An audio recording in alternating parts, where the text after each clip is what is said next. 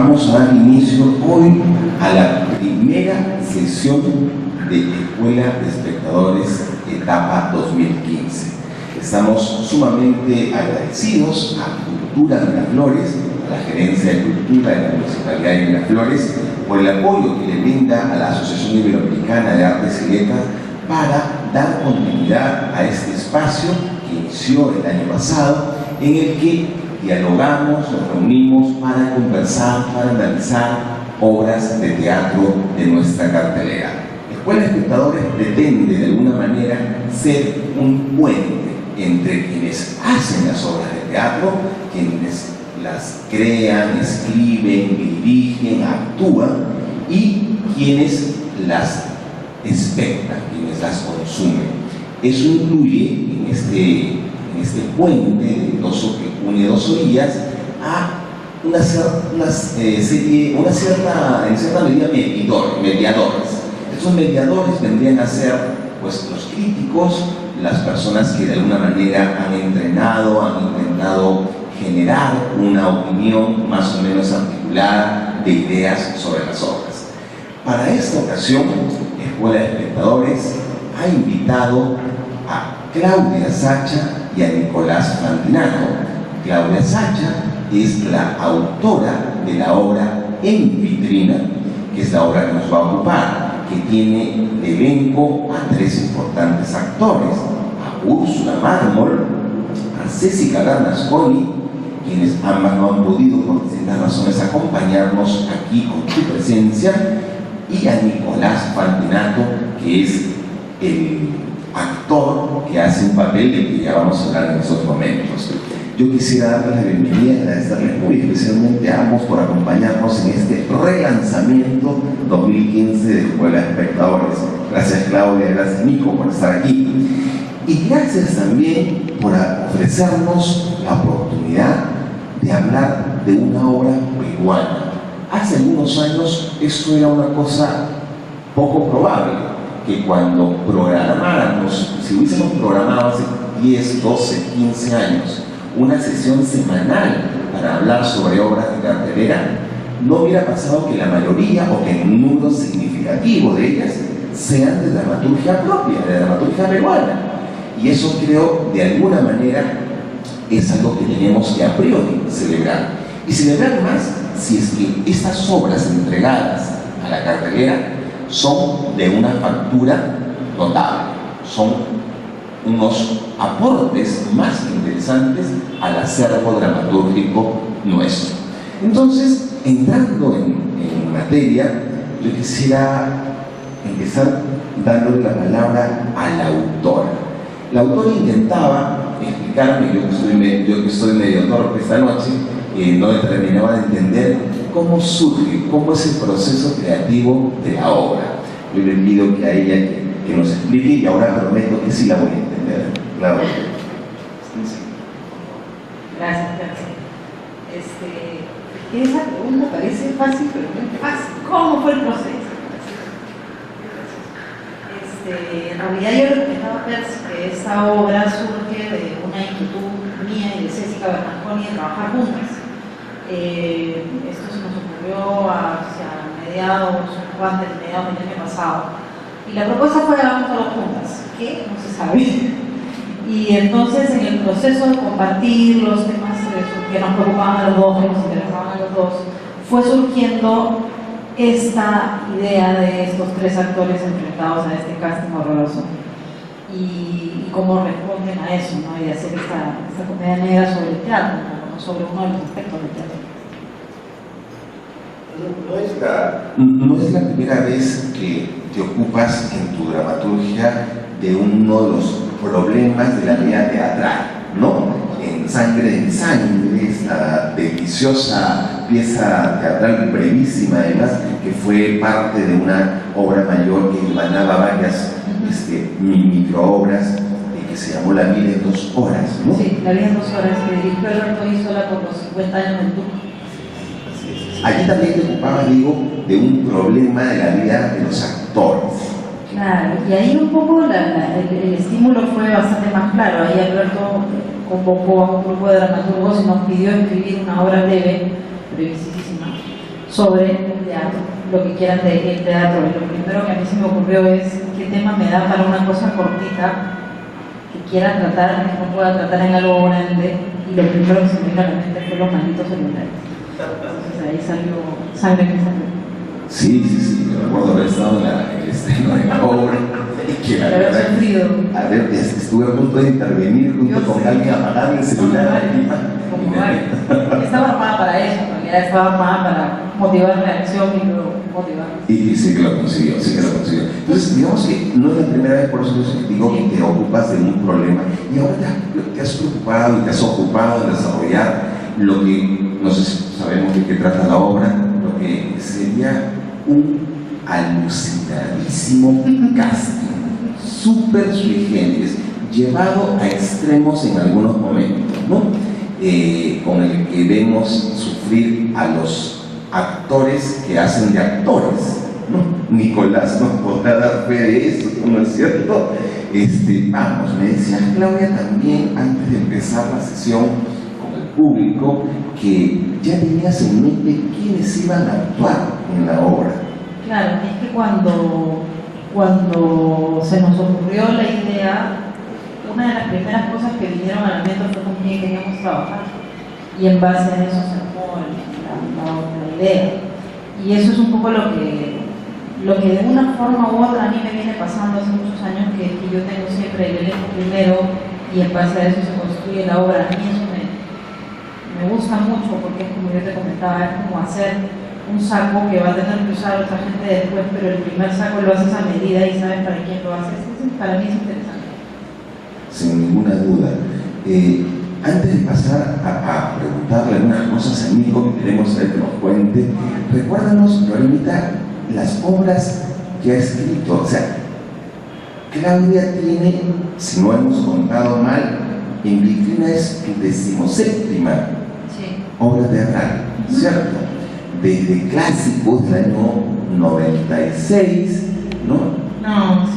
La Puerta, Tango, Un Príncipe para 3 princesas. Has hecho cosas para niños también, sí, ¿no es cierto? Sí, en su momento bastante y después dejé.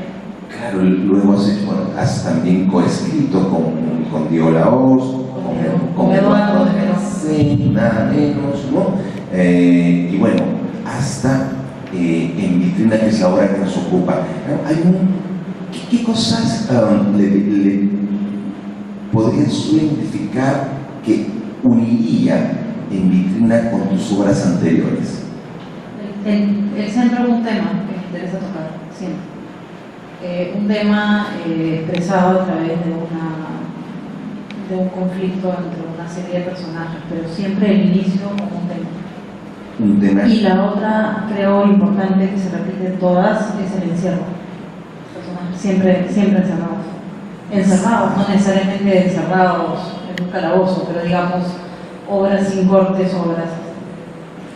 Es cierto, no hay casi cortes, todo ocurre en un mismo espacio.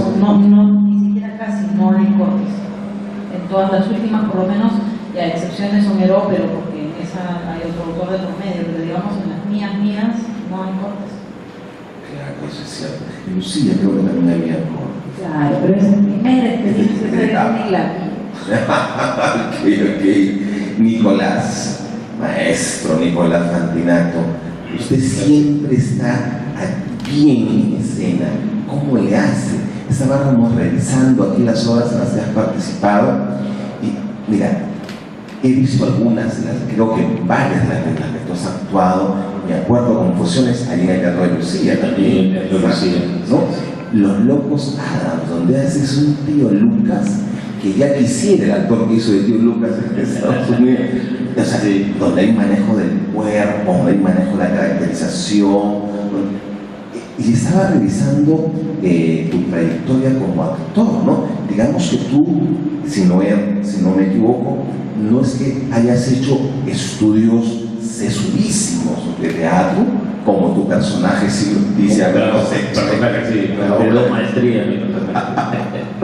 ¿Cómo así llegas? Cuéntame, ¿cómo cuando te llegué? Bueno, yo llego a la actuación un poco de casualidad, porque yo estaba estudiando Derecho en la Universidad de Lima, ya estaba por terminar, y es mi padre el que al verme una persona demasiado tímida, me dice que vaya a uno de estos cursos de desarrollo de la personalidad.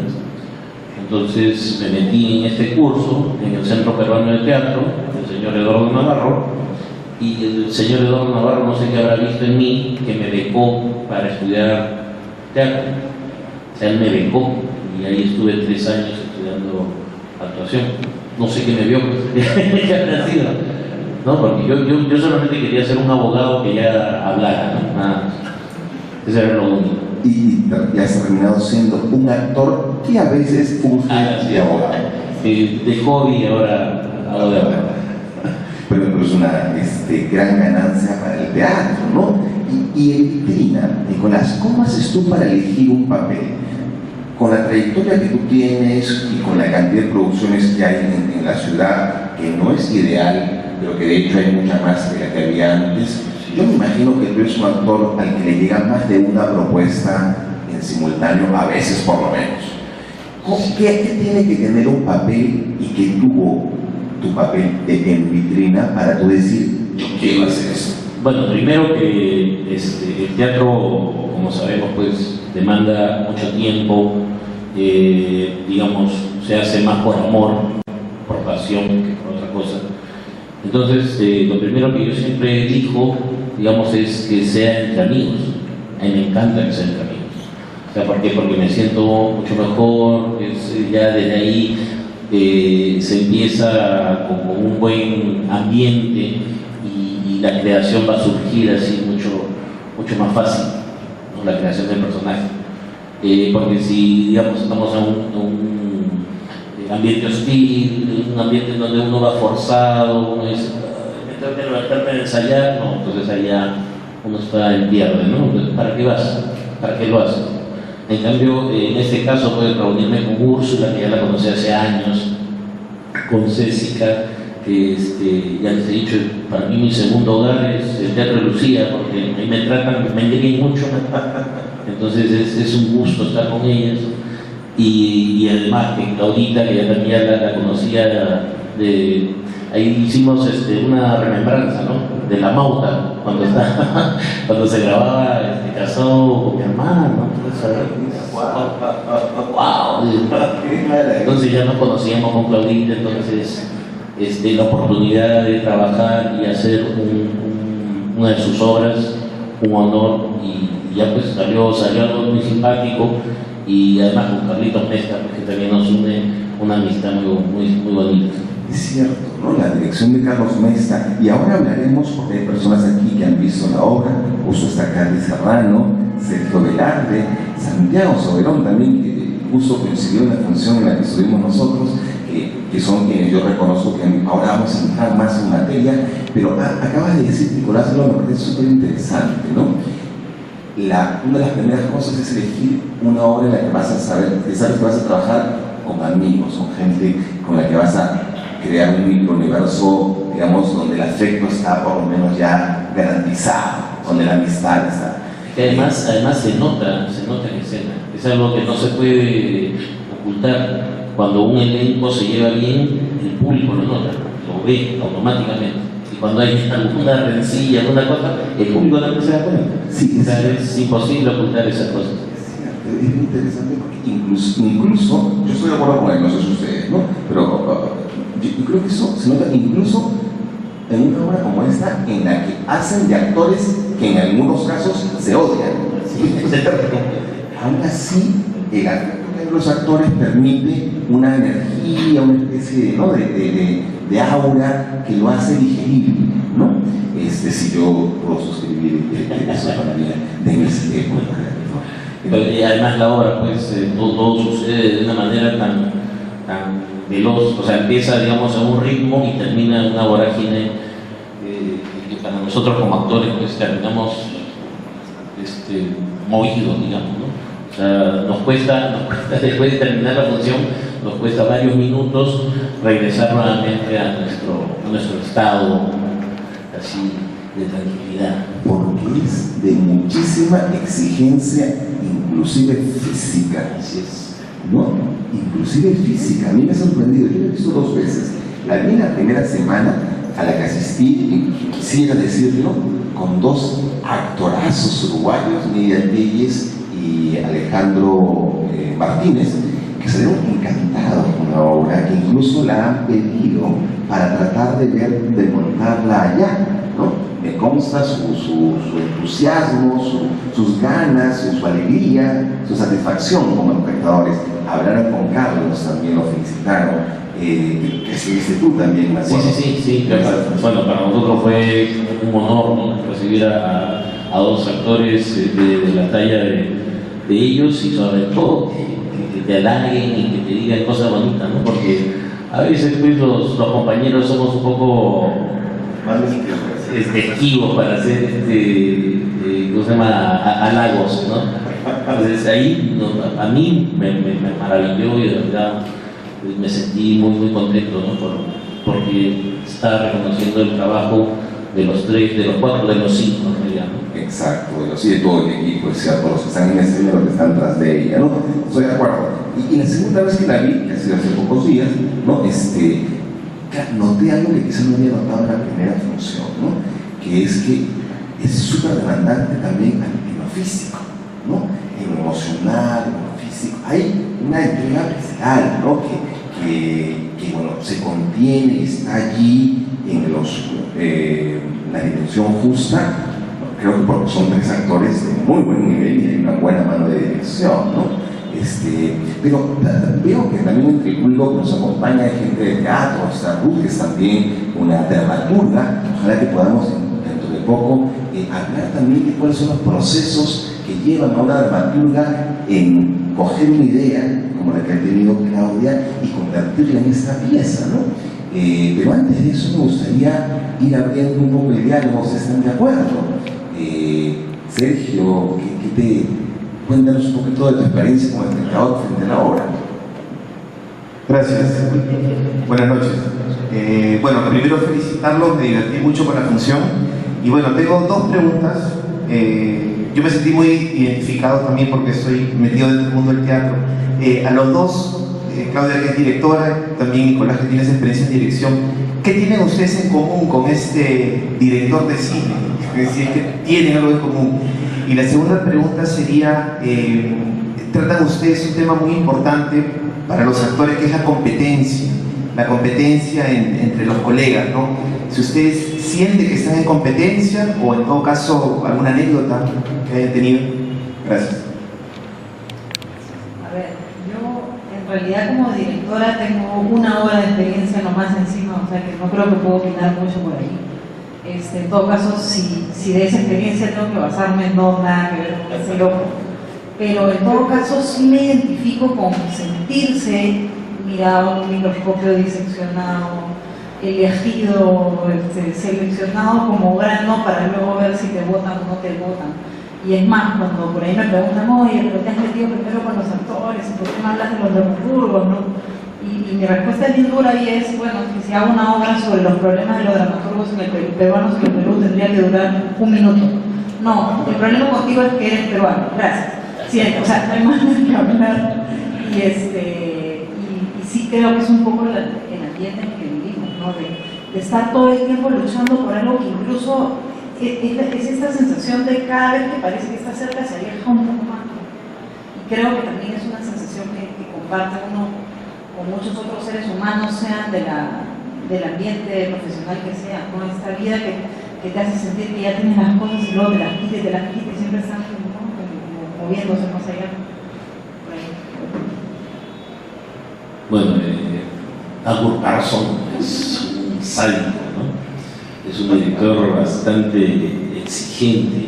Claro que nosotros cuando vamos al casting sabemos de qué trata, y sobre todo el personaje de Césica y el mío, conocemos la trayectoria, ¿no? En realidad Marcela, Úrsula Marmon, ha ido ahí a ver qué pasa. ¿En qué se puede parecer? Yo creo que no, felizmente no tengo ningún rasgo de Dagur Berson aún, espero no tenerlo tampoco después, porque juegan demasiado con las emociones, ¿no? Ya es un punto en donde pone al ser humano en estado de defensa y en donde no se sabe qué es lo que puede hacer, ¿no? O sea, lo pincha tanto que no se sabe en qué momento va a explotar. Entonces es un estado, es un nervio digamos, es un estado tan alterado que yo creo que ningún actor podría aguantar normalmente una cosa así, ¿no? Claro, estamos hablando de todas maneras o sea, se habla de una experiencia europea o una experiencia distinta a la que nosotros podemos vivir en un día a día, ¿no? Como latinoamericanos. Pero igual, de Dagur no tengo nada. Y bueno, ¿no? O sea, como dice, la exigencia física y todo esto, todo también ha sido gracias a que ha habido bastante compenetración, ¿no? Tanto con los actores como con la dirección y Claudia. Y Claudia nos ha estado acompañando en todo el proceso, entonces eso también te ayuda, porque se va ajustando y se trata de sacar lo mejor del material, ¿no? ¿Tú qué cosa podrías decirnos sobre la obra? Bueno, yo la fui a ver con Percy. Yo ya soy cercana a la forma como escribe aquí mi amiga Claudia, así que conozco un poquito de ese humor negro, de esta cosa que hay allá y los temitas que le gustan a Claudia. Yo tengo mucha curiosidad, si me pueden contar un poquito de cómo fue el proceso de montaje, de dirección. Por ejemplo, me llama mucho la atención cómo se acercaron a llevar a los actores a un extremo de violencia absoluta. O sea, llevar a los actores al límite, ¿no? Al límite. Me interesa cómo fue ese proceso, si fue difícil, si fue complicado, cómo fue, me da mucha curiosidad, ¿no? Y si hubo dificultad para llegar a eso que ahora vemos, que todos terminan sudando y dejando la lengua por ahí, ¿ya? Y me gustaría, Claudia, saber si en tu camino, o sea, si en la proyección que tienes de aquí a no sé a cuántos años, todas las obras hasta el momento, porque además yo he participado en ese camino de alguna manera, siempre son, como tú lo dijiste, a partir de quiero trabajar con, o quiero hacer este tema, o quiero...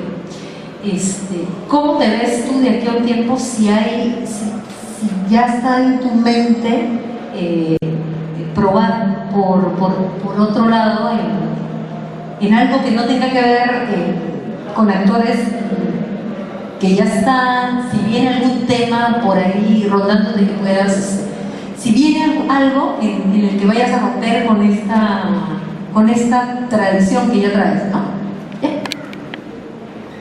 Yo creo que los mismos cortitos más fácil. En realidad esa tradición ha tenido que ver con que yo produzco mis obras. Entonces tiene que ver con elegir, o sea, el orden natural de la producción es saber primero con quién cuentas, si tienes sala, y para mí luego embarcarme en hacer el texto y producir. Es un poco por eso que la escritura del texto ya venía de la mano con saber quiénes eran los actores, no que sea una cosa que yo busco ni que necesite, pero sí me ha gustado. Y en el interín ahora voy tomándolo por bien, ¿no? O sea, ahorita tengo un par de proyectos que ya tienen actores, tengo otros que no tienen actores, es como que pero lo que sí mantengo como idea es que para mí por lo menos es tan difícil terminar una obra, porque no me es un proceso fácil para nada, que difícilmente me lanzo a escribir una si no tengo algún plan bastante concreto en mente. O sea, no es que la escribo a ver qué pasa difícil, pero es posible que pase. Pero no estás todavía. Ahorita acá dice. Acá dice sí, siempre. Vas a hacer casting para lo que no tienes todavía.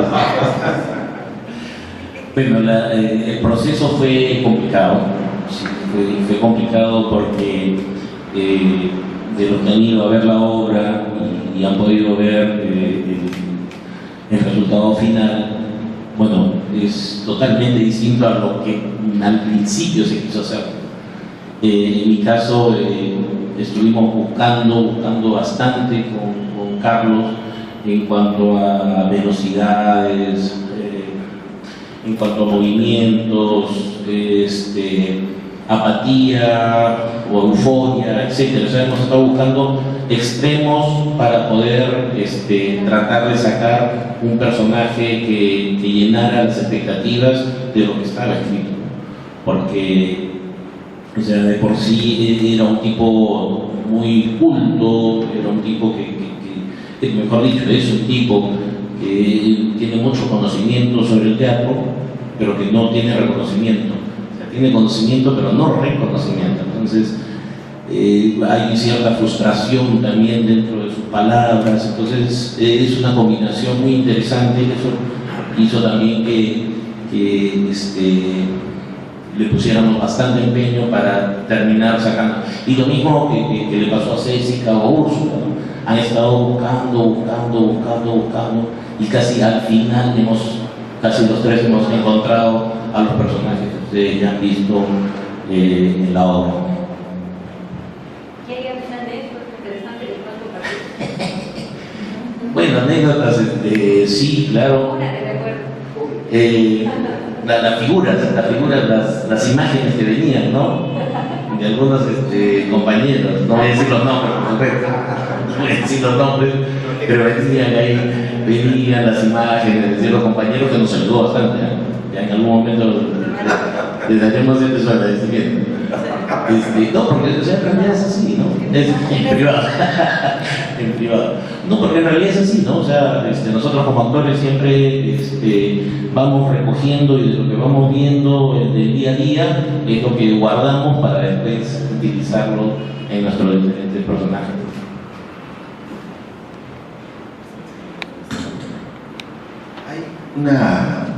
Hay tres personajes en la obra. Yo pregunto, Claudia, ¿hay una deliberada intención de que tengan distintos niveles de exploración en sus problemas como personajes? ¿Crees que están parejos los tres en cuanto a la exploración interior, en cuanto a lo que vemos? Yo, a priori, te digo, te adelanto, yo sentí que un personaje de los tres escarba más, expone una intimidad mucho más tremenda, que es el personaje de Lorena. ¿No es cierto? ¿Cómo decir una dramaturga, cómo decir un dramaturgo eso en función de lo que quiere contar? Otra pregunta. ¿Cómo somos matemáticos para poder responder? Lo que pasa es que en la calculadora me la contestan. A ver, lo primero que yo tendría que decir es que busqué que cada personaje tuviera su lugar, su espacio y que fueran bien distintos el uno del otro, bien, lo más distinto posible para que la explosión sea más interesante. En esa medida, algunos tenían más máscaras que otros, algunos tenían más cosas guardadas que otros, y claro, el tipo de problemas que tienen son distintos, pero son. Y creo que lo que pasa es que los tres tienen una queja fuerte hacia su entorno de alguna forma, los tres tienen una amargura marcada. Ella la tiene más hacia el lado de haberse visto expuesta y curiosamente no quiere seguir siendo expuesta y le ponen más y más y más, y es contradictorio porque más bien, no sé, me imagino que al personaje de Santiago le encantaría estar expuesto de casi cualquier manera y no lo logra. Y es probable que lo que hayas notado es que en una de los tres el problema que se revela es mucho más personal, familiar, pero en los otros dos hay un problema igual de profundo, yo siento, yo me he planteado trabajar, pero que va por otro lado. O sea, los problemas de ellos, sí, pues no son familiares, no son de pareja, no son de escándalos, son de ¿por qué no puedo llegar hasta allá? ¿Por qué no puedo tener eso que tienen los demás? y contradictorio, porque además cada uno tiene lo que el otro no tiene, un poco, ¿no? O sea, el que quiere reconocimiento está al costado de la estrellita más bien quisiera ser más como el hombre serio académico, todo casi que es horrible, porque encima están en comparación ahí frente a frente, ¿no? Y en competencia hasta en eso. ¿Quién más ha visto la obra? A Santiago, ¿tú has visto? ¿Alguien más aparte de Santiago? A ver, este micrófono, vamos a ver. Sí, bueno, buenas noches, Claudia, buenas noches a todos. A mí me llama mucho la atención la apuesta, porque creo que Claudia no solamente nos está hablando del tema del teatro, sino también de la teatralidad que hay en la vida cotidiana. De cómo ella mencionado las máscaras. Es verdad, cada uno de estos personajes aparece con las máscaras. Hay una máscara elaborada, hay una máscara que es pública, ¿no? En el caso de no sé, Mónica, Morena, ya me estoy igual que el director de ¿no? Marcela, ¿no? Ella quizá porque es una imagen pública ha construido una máscara más sofisticada que tiene que ver con una mistificación y todo lo demás, ¿no? Entonces, el problema acá está que aparece cada uno con su máscara, con esta máscara que cada uno de nosotros nos construimos. Ya no necesitamos ser actores para construirnos máscaras. Cada uno nos construimos una máscara para poder interactuar con los demás. Acá el tema está en que a estos actores ya no se les dice, oye, interpreta el drama, la tragedia o el conflicto o las aventuras de un personaje de ficción. No, el espectáculo son tus propias miserias humanas, como lo hizo el personaje, ¿no? Entonces, ¿hasta dónde estás dispuesto a venderme tu miseria humana? Ese es el tema, ¿no es cierto? Y es un tema que está ahorita en el ambiente, no necesariamente con actores de la talla de ellos, con otro tipo de personas que bueno, pues están ahorita en los medios, no necesariamente a ese nivel de calidad lo que tienen nuestros actores, ¿no? Pero sí está, es un poco el asunto. Ese director que está en off está latente un poco en el medio y es uno de los condicionamientos del mercado que quizás se está planteando. Entonces la obra tiene un valor muy grande por ese lado. Ahora, Claudia, claro, de inicio nos plantea la premisa. Yo creo que la premisa está muy clara desde el momento en que el director le dice a todos: hace una hora empezó el casting. Ya ahí tú desnudaste la premisa. Ahora, ¿cómo haces para darle sostenimiento hasta el final? Intensificar el nivel de degradación de estos señores. O sea, en ese trajín viene toda la exigencia técnica, física y de incremento de la tensión dramática y del trato entre estos actores, ¿no? Porque es lo que va a llevar más, porque el punto es finalmente la posibilidad de eliminar a otro, ¿no? Ese es el límite, el techo, ¿no es cierto? Y creo que la virtud del montaje está en esa exploración. Los tres personajes tienen que ser diferentes. Yo creo que si bien el personaje de Césica tiene todo un mundo interno, problema de la familia, etc., no está de más el problema de Marcelo, ¿no es cierto? También hay todo un conflicto de por medio, como en el otro caso. Yo creo que están sí equiparados. Lo que a mí sí me llama la atención es el registro de actuación de Úrsula. Está diferenciado de una manera, tiene más artificialidad que el resto, que los otros dos. Césica tiene los registros habituales que ya le conocemos, ¿no? Pero que los trabaja muy bien, ¿no es cierto? Pero en el caso de Úrsula creo que está llevando a otro registro su actuación, y a mí me llevó a diferenciarla un poco más. Eso no tiene ningún factor cualitativo, simplemente son formas distintas que se ha llegado. Pero creo que sí, esta ha ido trabajando a ese increciendo de tensión bajo esta premisa: ¿hasta dónde puedes llegar tú para degradarte y venderte tu miseria humana? ¿No? Y creo que la obra tiene su gran fuerza en eso, ¿no? Y su actualidad. Eso es un poco lo que yo puedo más o menos corregir en estos me parece una súper intervención, ¿no? Porque creo que de alguna manera ha dado el clavo de uno de los grandes temas que plantea la obra respecto de nuestra problemática actual, ¿no? Vemos en distintos medios, no solamente en los programas de la televisión. Justamente acabamos todavía de presenciar esta marcha contra la TV basura, ¿no? Y creo que se está anunciando otra para el día 13, me parece, ¿no? Digamos, es un tema que está, ¿no? Y de alguna manera eso, ¿qué quieres decir?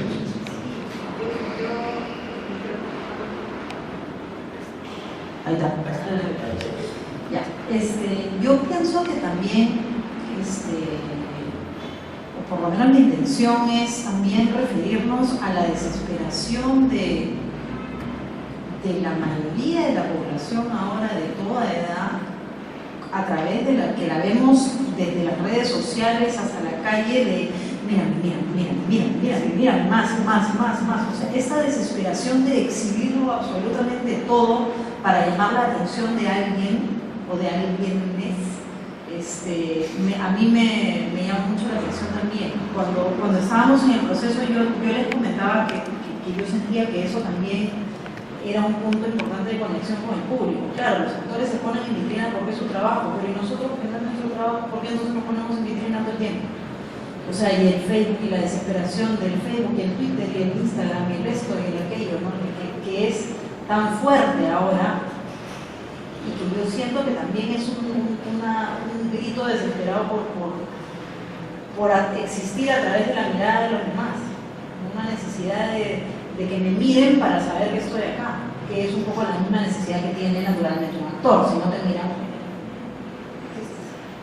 y aún peor, porque yo creo que se llega a la desfachatez de mostrar cosas que están incluso en contra de la moral. O sea, yo no me puedo imaginar en los años en los que estaba en la universidad, digamos, que pusiera un video en donde le estoy sacando el ancho a un perro, o le estoy masacrando a un tipo, o estoy insultando a un policía. O sea, ya se tiene esa desfachatez, esa conchudez de aún lo malo ponerlo y exhibirlo de la manera que como si fuese un trofeo, ¿no? Miren lo que yo hago, miren, yo soy bacán.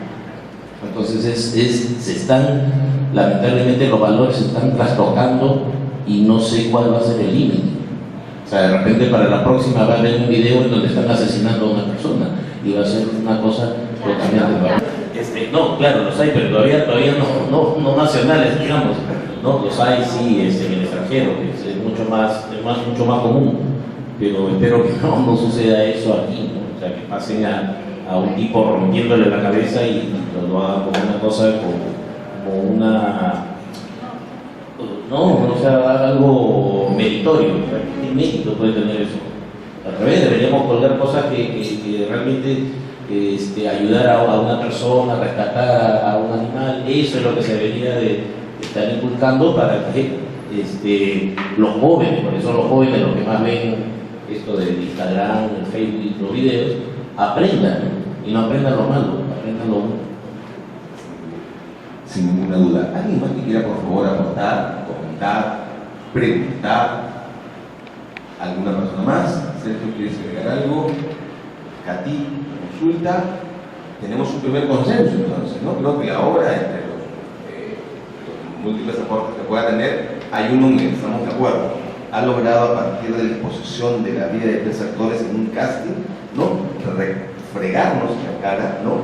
Recordarnos que estamos viviendo una época en la que mucha gente, actores o no, son capaces de competir por quién exhibe más de sí mismo, ¿no?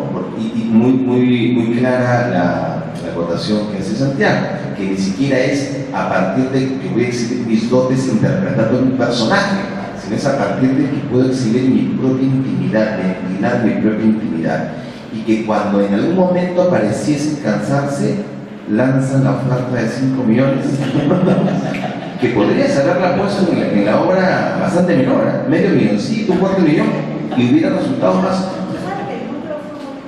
discusión. Sí, porque por ahí yo decía, oye, por mucho menos la gente hace cosas que no. Entonces por eso pusimos los 5 millones, pero yo también pienso que por 10.000, 5.000, 500.000, la gente es capaz de hacerlo por y media. Si no, lo hemos visto en programas que no voy a mencionar. Te doy 100 soles si haces, y la gente iba a decir, Y hay un programa clave que es el valor de la verdad, por cantidades muchísimo menores que eso. Vimos lo que pasó al punto que una pobre mujer fue luego asesinada por su expareja como consecuencia de esa exposición. ¿Tú quieres decir algo, Carla? Que no solamente el valor va por el ser humano que es capaz de decidir sus propias miserias, sino algo que me llamó mucho la atención es de qué soy capaz yo en contra de ello. O sea, hasta dónde nosotros, los seres humanos, somos capaces, por yo ganarle a ella, hundirla. O sea, ya los valores de la amistad, de compañerismo, solidaridad, quedan en el subsuelo. O sea, siento que no es solamente cuánto me expongo yo para mírenme, sino que creo que a mí me llamó mucho la atención de la estructura de la obra es, punto 1, cómo someten a 3 personajes a llevarlos a la extrema violencia. Hace poco estaba leyendo que a no sé cómo se pronuncia bien, perdón, Stephen Hawking, y le preguntaba a una muchacha muy joven que ganó un premio y pudo acercarse, le preguntaba sobre cuál es la característica positiva que tiene el ser humano y la negativa. Entonces él hablaba que tal vez nunca se va a llegar a una teoría del todo, pero que él cree que la característica negativa del ser humano que lo va a llevar a su destrucción es la violencia, y la característica positiva sería la compasión. Entonces, a mí lo más fuerte de la obra, lo que me parece lo más fuerte, es cómo puedes llevar a seres humanos y colocarlos en un espacio-tiempo y sacarles lo peor. Ni siquiera voy a decir animal, porque sería faltarle respeto a la naturaleza. ¿Okay? Es esa extrema violencia en la cual ya no veo nada y por lograr mi objetivo soy capaz de matar al otro, ¿no? Y por otro lado, cómo se destapan las miserias de unos a otros. O sea, cómo yo, siendo tu gran amiga, en un momento puedo simplemente olvidarme de eso y destruirte, porque a eso nos ha llevado la situación. O sea, creo que ahí está y lo estamos viendo todos los días en la pantalla chica.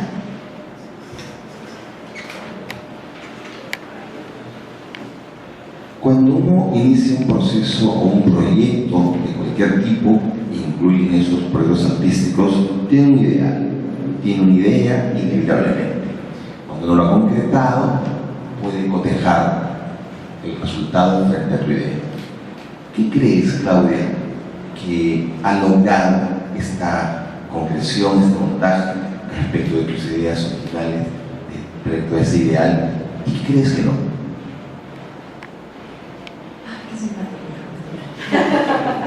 Cae mal. Qué bueno. Yo creo que lo principal que se logró fue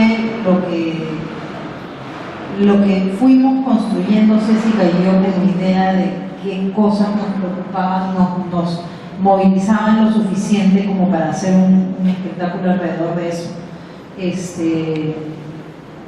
Sobra, creo, decir que si no fuera por Césica este proyecto no existiría, o sea, no se habría hecho ahora. O sea, Césica me convoca y me propone entrar en un proceso de escarbar nuestras cabezas y decidir qué nos importa lo suficiente, y decidimos que esto es lo que nos importa lo suficiente entre todas las otras cosas que nos importaban y que se quedan en el camino.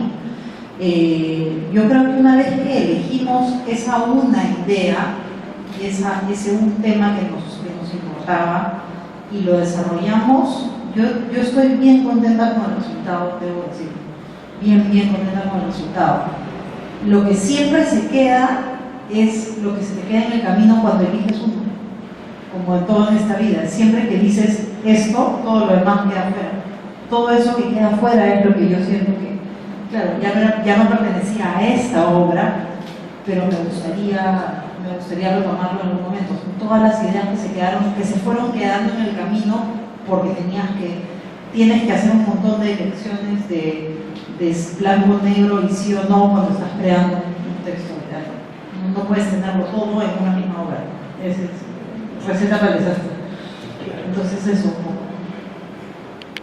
Hay dramaturgos y dramaturgas que cuando tienen una idea leen obras de teatro que tengan que ver con el tema, se preparan, conversan con personas, identifican gente que de alguna manera cuyas experiencias pueden servirle como insumos. Hay otros dramaturgos y dramaturgas que más bien leen teoría, historia, sociologías, ciencias sociales en general, no lo sé.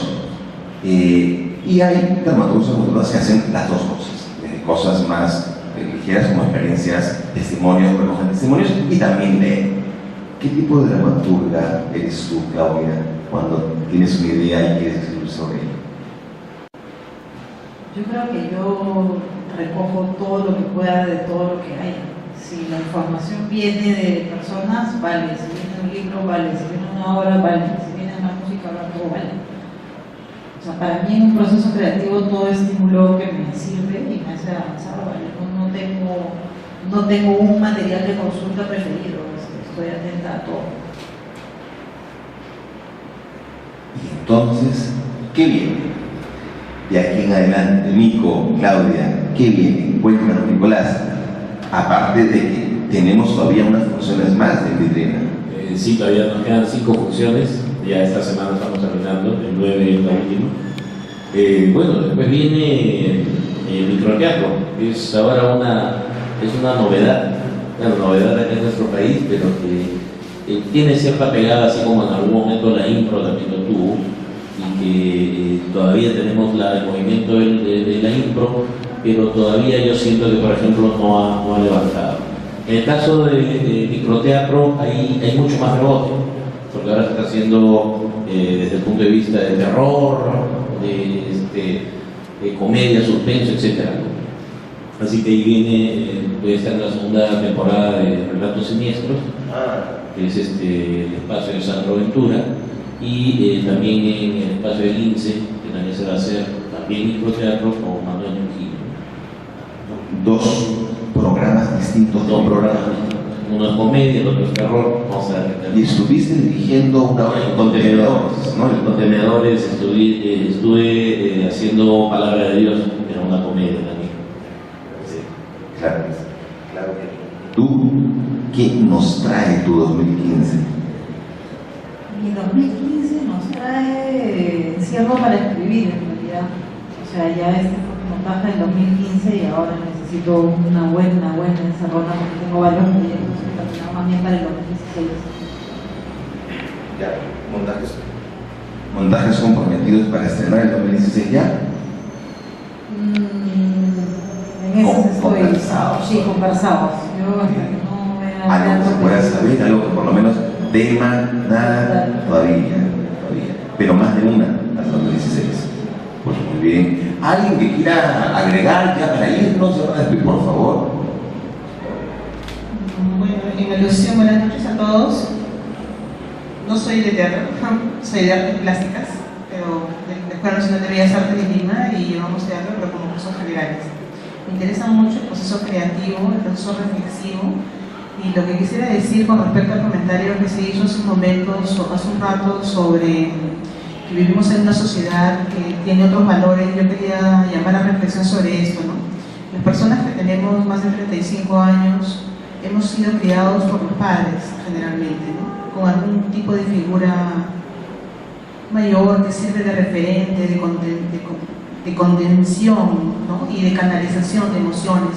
Pero los jóvenes que tienen de 20, 25 a más tiernos son jóvenes que ya no viven en un entorno familiar y muchas veces por miedo a otras influencias son encerrados en sus casas y viven pues, con la televisión o con la computadora, ¿no? Yo trabajo con jóvenes.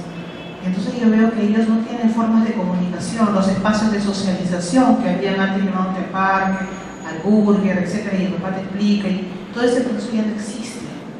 Y entonces esos jóvenes no tienen dónde comunicarse. Y yo veo que esta forma de comunicarse en el Face, de grabar sus propios videos, o sea, incluso de las cosas que ellos publican, no hay esa contención social, no hay esa figura afectiva que te conecta, te reconcilia, que te cura la rodilla cuando te caes, que te amista con el vecino con el que te peleaste, etc. Ese proceso ya no existe.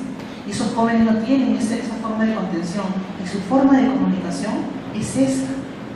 Entonces, las obras como la que ahora mucho, son de alguna manera un elemento reflexivo, pero no hay esos espacios para los jóvenes, ¿no? Entonces por eso es que la sociedad es más violenta, porque no canaliza el joven y no sabe dónde, o sea, esa necesidad afectiva, esa necesidad que era canalizada por la abuela, por la madre, etc., ya no la tienen los jóvenes. Entonces, ¿cómo se humaniza el hombre? ¿No? Eso es lo que dije. Es interesante, quisiera agregar una cosita por ahí.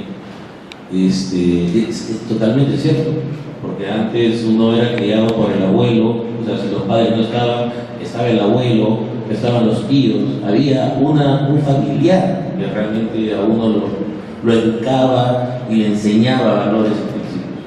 Otro problema también es que ahora ya no tenemos figuras, o sea, figuras, justo viniendo para acá en el taxi, conversar con el taxista y le decía, pues usted quiere que vamos ahora sí a ir al mundial, al próximo mundial. Decía, no sé, simplemente ¿por qué? Porque ahora ya no tenemos figuras. Antes mi padre me contaba, la gente iba a los estadios a ver a Lolo, a ver a Manguera Villanueva, a ver a Terry, o sea, a figuras. O sea, se tenían ídolos. Ahora ya no tenemos ídolos. O sea, tenemos aquí, no voy a mencionar los nombres de esas personas que salen en los horarios de 6 a 8, que, o sea, esos no son figuras, esos no son ejemplos, no son modelos. Y eso es lo que están mostrándole a los jóvenes, y por eso es que los jóvenes pues están terminando, no sé, o sea, lamentablemente, pero sí, es cierto, todos los mayores de 35 tenemos también ese agrado de haber sido criados realmente por nuestra familia.